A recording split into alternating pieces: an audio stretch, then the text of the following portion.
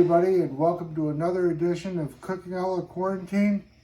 I'm your host, Jason, and today we're going to do homemade spaghetti and meatballs. I hope everybody's staying sane. Got my little glass of Lysol here. On whatever day this is of Operation Enduring Charlie Foxtrot. So what I'm going to do is I'm going to do a meatball that I got the recipe from one of my dad's really good friends, Fred D'Angelo. And, you know, Fred is an Italian guy, and we were down in Florida, and Stacy and I drove down, and we had dinner with him and Denise. And, you know, we sat there and made meatballs. And he said, how many meatballs do you want? I said, well, I don't know, 1 or 2. Folks, I'm not kidding. These meatballs were the size of my fist, if not bigger. I can't fit that in my mouth. So what we're going to do is we're going to make golf ball sized meatballs, freeze them up, and package them away. And you know what? Honest to God, I will never buy another store-made meatball ever again. We did it one time for a Christmas party. We were doing meatballs with the grape jelly stuff. And we were looking, and I just happened to look at the package. The first 3 ingredients did not include the words meat. Ever since then, I decided I'm going to make my own. So I've got Fred's recipe here. And if anybody wants a copy of it, I'll put it in the video.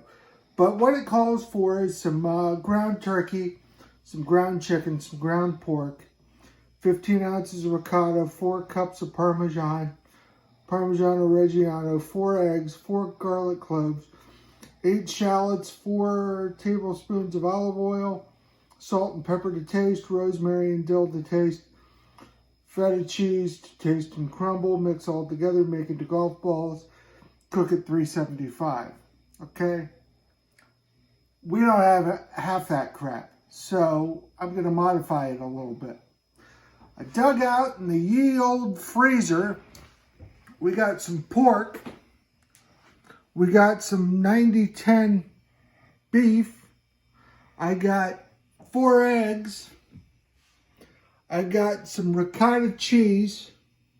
I can't believe I found that. And some garlic, some thyme, and some parsley, and some basil, and some onions. Our free-range, organic, non-GMO onions. Now, you know, one of the things I talked about was defying stereotypes. I was talking to a buddy of mine tonight, and he said, what's a guy from southern Pennsylvania know about Italian cooking? Look, I had some of the best sushi I've ever had in my life from a white guy that looks like a Son of Anarchy extra. So, stereotypes are crap.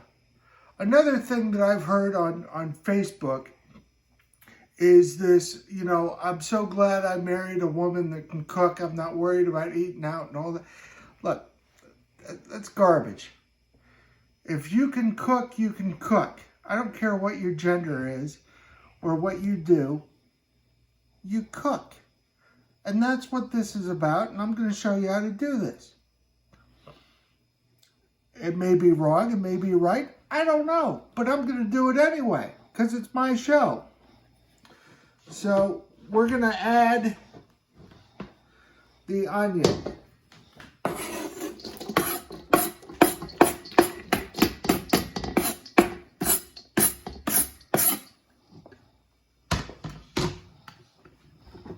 I'm going to add the vampire repellent. About that much. We don't want them around anyway. Yeah. we're going to do the beef. And you're probably wondering why I have this heavy-duty apron on. Because we mix this with our hands and it gets kind of goofy.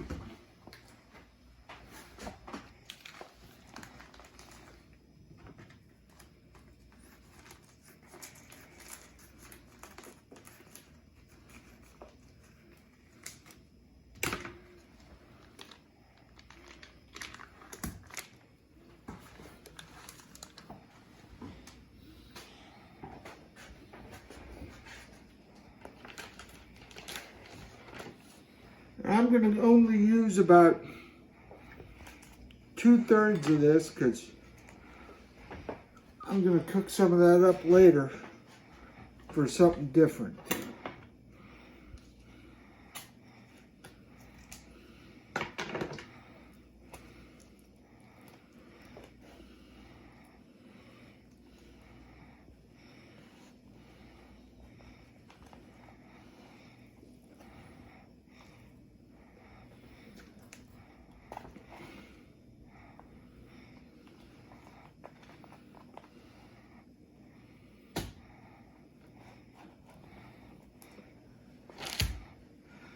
Now, I'll be back because I gotta wash my hands. So now I've got my cheeses, my ricotta, my rosemary from the Asian market, and some dill. Now, one thing I did do today was I decided, you know, we're not going anywhere. So we gotta keep busy and quit focusing on the news and all the bad stuff and try to focus on the good and be kind and help somebody out. Well, we decided we're gonna grow herbs in our little pots and plants and stuff. We're not going on vacation this summer, I can almost guarantee you. So I've been looking around for some heirloom tomatoes and I found some, and we went out to this place in Lewisburg, and this guy, Colby, he and his wife have this little greenhouse. We got some basil, we got some parsley, we got some dill weed, we got some Cherokee Cherokee purple tomatoes, and I think we got some other stuff. But anyway, trying to support local. This guy was cheaper than Lowe's, and besides, do you want to help out your neighbor that sponsors your baseball team, or do you want to help out a big corporation? I'm going to go with local. So we've got some local basil, and I'm going to show you how to dress up a regular can of tomato sauce and give it a little zhuzh, kick, whatever. So we've got our meats, our eggs, our onions, and I'm going to dump in some rosemary, about 2 tablespoons. Dill weed's kind of weird because you can never figure out exactly how much you got. So I'm just going to put a little bit in there. It's about 2 tablespoons. Now it calls for 4 cups of Parmigiano Reggiano and some feta. Well, I don't have any feta. So what I'm doing is I'm taking some of our goat brie, and I'm gonna add a little bit of that in there, maybe give it a different kick of a flavor, but clean hands.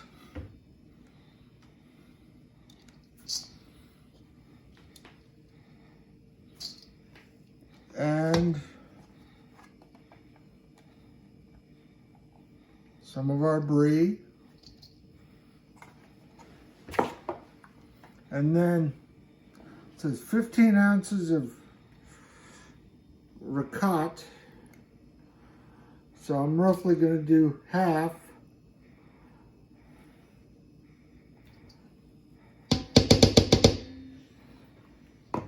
And we'll save that for lasagna. My wife likes cottage cheese, but I like ricotta.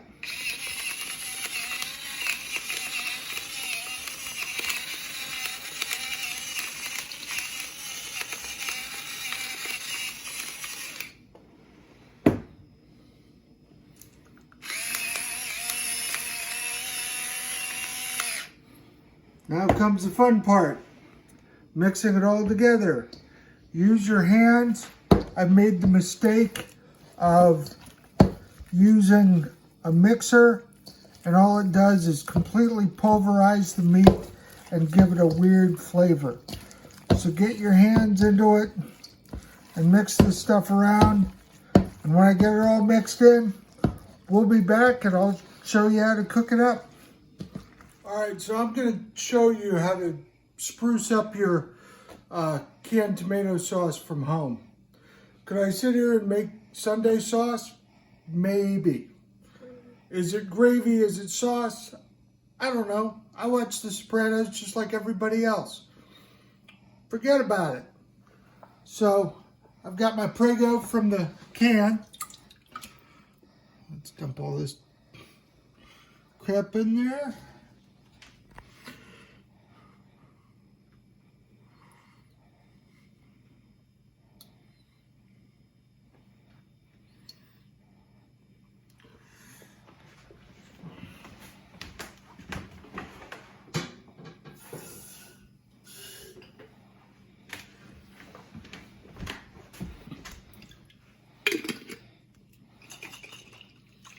I hate to waste food.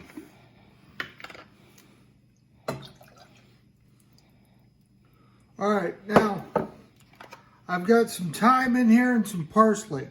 The thyme, you just cook it and pull the sprig out and you're good to go. So we've got that. We've got this. I'm gonna grab a spatula, mix it and roll with it.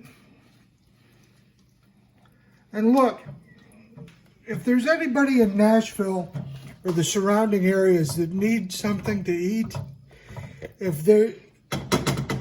and I'm serious, if you need something to eat, contact me and we'll work something out.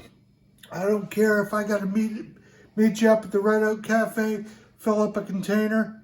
Nobody should be hungry at this time. So what we're going to do is we're going to keep simmering this. I'm going to show you how to form up a nice golf ball sized meatball.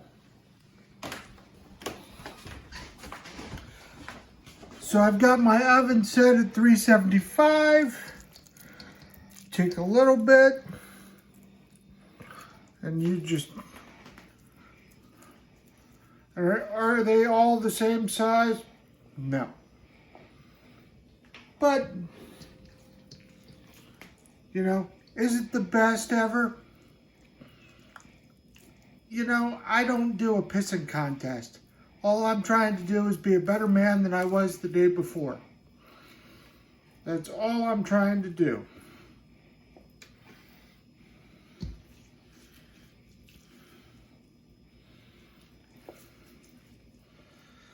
So here's our meatballs.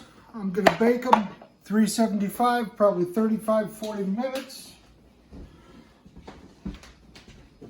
It's real easy to make your own meatballs.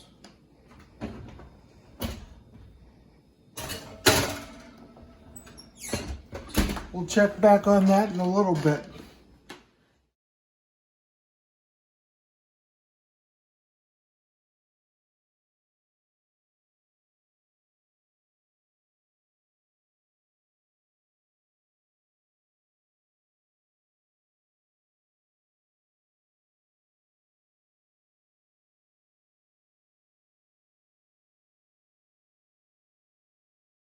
So I got my spaghetti here.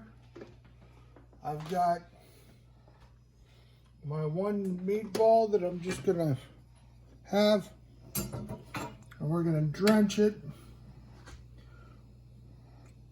in a little bit of our cooked up Prego here. And normally I would add more cheese to it, but The meatballs already got a lot of cheese, as you can tell. So let's try this out.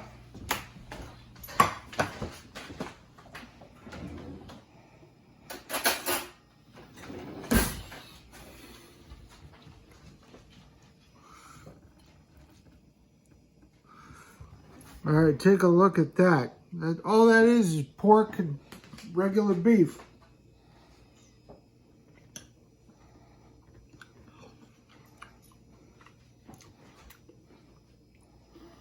Good, it's cheesy. It's got a lot of flavor. Sauce is good.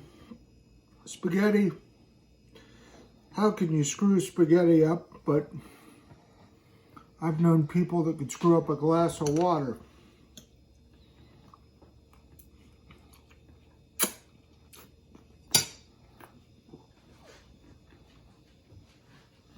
That was good. The fresh vegetables, the fresh herbs really gave it a little bit of a pop. Especially that basil. That basil gave it a little kick, a little something different. Guys, if you want to make your own meatballs, it's simple. I can only use one hand and I can form the meatballs.